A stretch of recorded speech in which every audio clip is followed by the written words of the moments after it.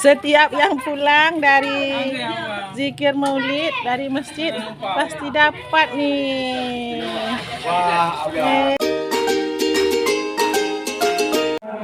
Assalamualaikum warahmatullahi wabarakatuh. Teman-teman, hari ini di kampung halaman kami lagi dilaksanakan acara perayaan maulid terakhir ini teman-teman. Nah, karena di tempat kami ini perayaan maulidnya 3 bulan berturut-turut, jadi ini merupakan penutup acara penutup tahun ini. Jadi dibuat secara sederhana saja, tidak seheboh dan tidak semeriah pada bulan-bulan sebelumnya. Nah, teman-teman, bagaimana suasananya dan bagaimana hebohnya anak-anak senang karena menerima bingkisan. Yuk nonton videonya dan mohon dukungannya juga. Semoga bermanfaat dan terhibur ya.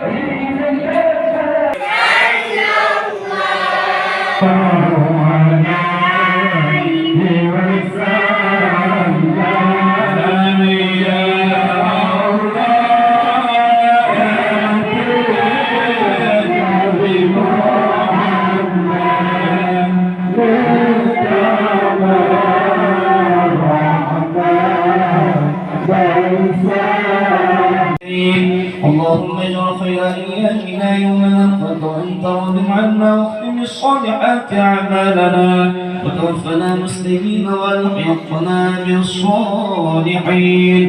اللهم لا تسلط علينا بذنوبنا من لا يخافك ولا يرحمنا. اللهم اغفر لنا ذنوبنا وذنوب والدينا وارحمهما. Sudah ada yang pulang nih. Dapat banyak ya? Iya. Ini kamu 3 rame-rame. Nih, mana nih? Ini belum habis pulang lagi nih. Nah, nih banyak banget. Nah, beginilah nih teman-teman ya. Kalau maulid di Lamno nih, Kecamatan Jaya, Kabupaten Aceh Jaya, teman-teman.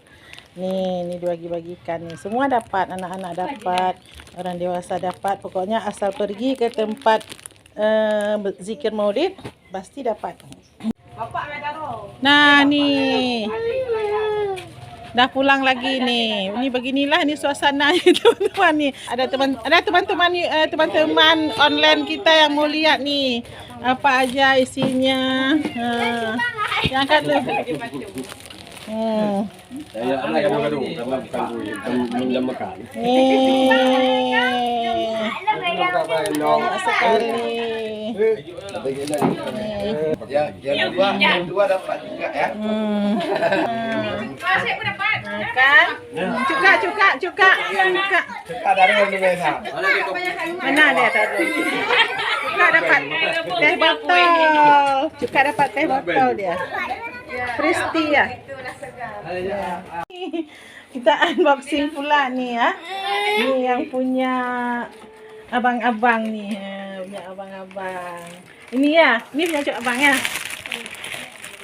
Dapat 2.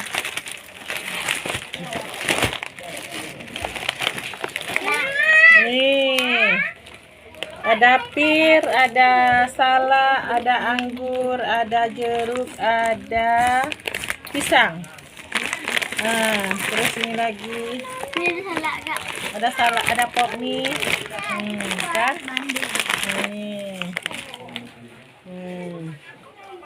Jadi teman-teman seperti itulah suasananya Maulid terakhir atau Maulid penutup untuk tahun ini yang dirayakan di kampung halaman.